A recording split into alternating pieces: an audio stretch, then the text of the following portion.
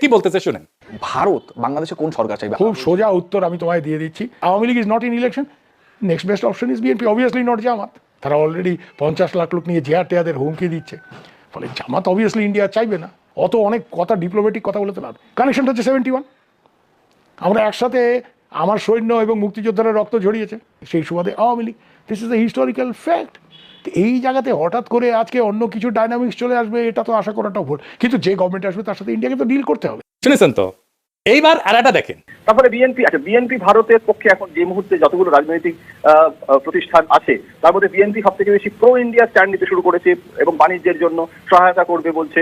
এখন এই অবস্থায় বিএনপির সাথে জামাতদের ঝগড়া হয়ে গেছে এবং জামাতকে তারা অত আসন দিতে চাইছে না। ভারত জামাতকে এই মুহূর্তে চায় না যে জামাত ক্ষমতায় আসুক, বরং বিএনপি ক্ষমতায় এলে ভারতের নিয়ন্ত্রণ করতে সুবিধা হয়। দেখেছেন কইতাছে বিএনপি সবচেয়ে প্রো ইন্ডিয়া স্ট্যান্ড নিতে শুরু করছে। ইন্ডিয়ান রে কয় কি খুশি। এটা তো গেল ইন্ডিয়ান মিডিয়ার কথা। দেশে আবার ইন্ডিয়ার দুইটা মিডিয়া আছে না, পন্দের আলো আর দিল্লি স্টার, এদের ডাকিছে বিএনপি তারেক রহমানের স্বদেশ প্রত্যাবর্তনের বিষয়ে আলোচনা সবাই।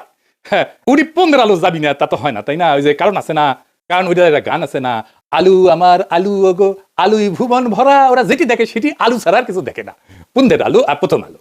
বাঙ্গু বাটপাটদের শিরোমণি মতিউর রহমান কি কইছে শুনেন। আমি ব্যক্তিগতভাবে এটা মনে করি যে দেশে একটা রাজনৈতিক শূন্যতা রয়েছে, চলছে, এটা একটা বিপজ্জনক।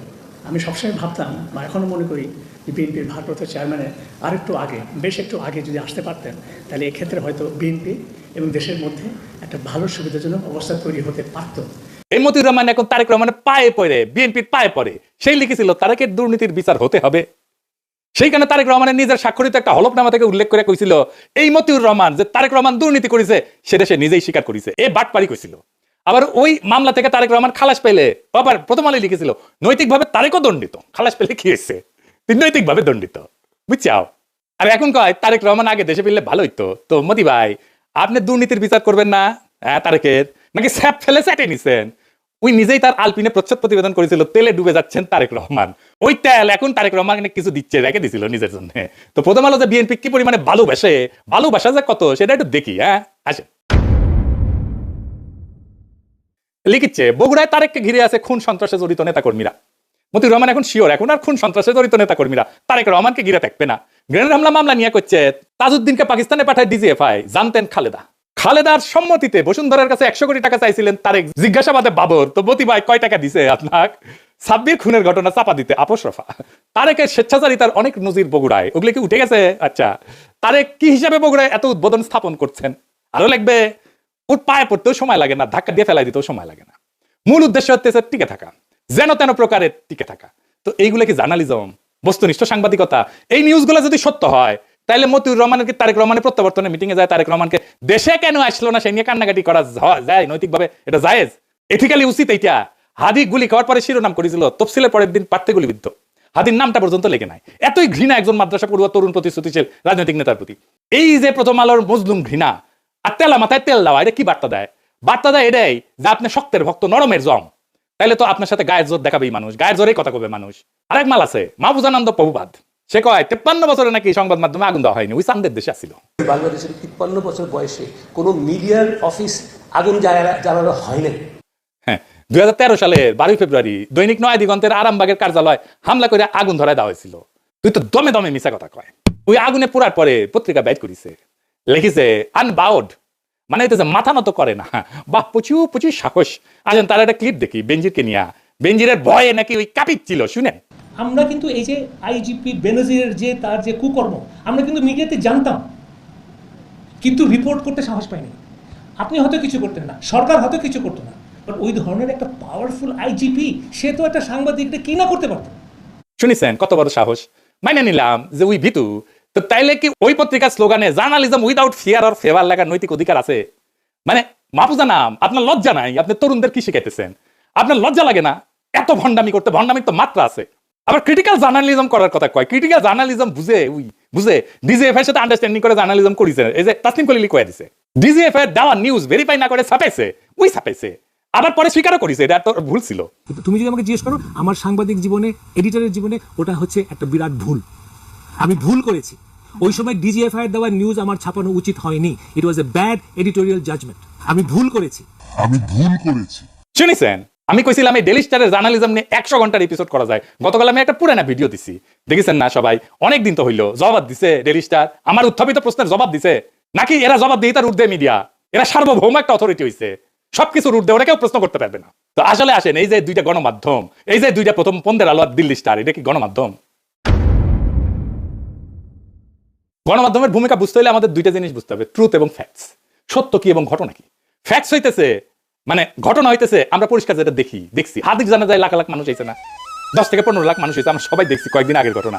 কিন্তু জানাজার ট্রুথ, সত্য তৈরি করা ট্রুথ মেকিং মেশিন কি? পন্দের আলো আর ডেইলি স্টার।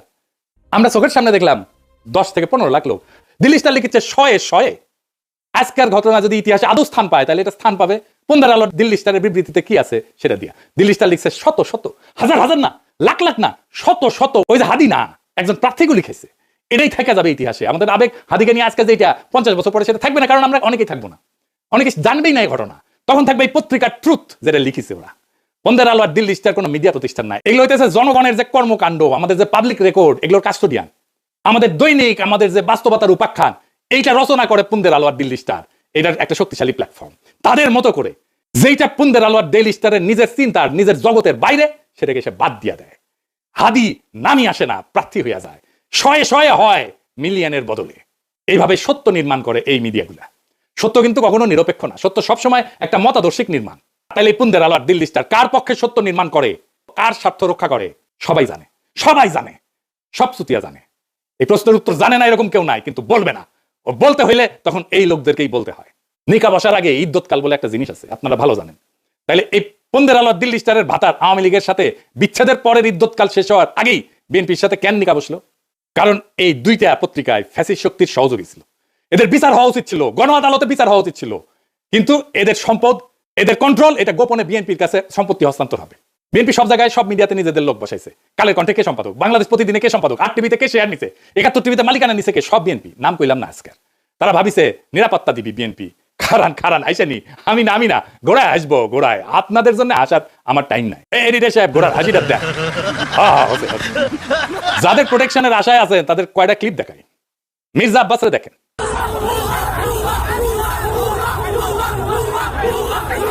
দেখেছেন ভুয়া স্লোগান তারে দেখা। এবার দেখেন হাদির জানাজায় সালাউদ্দিন সাহেব গেছে, তারে কি বলে পাবলিকে।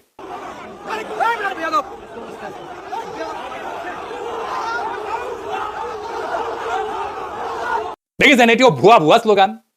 এবার দেখেন ফিরে যেতেছে সালাউদ্দিন, সেটিও দেখেন কি ভুয়া স্লোগান।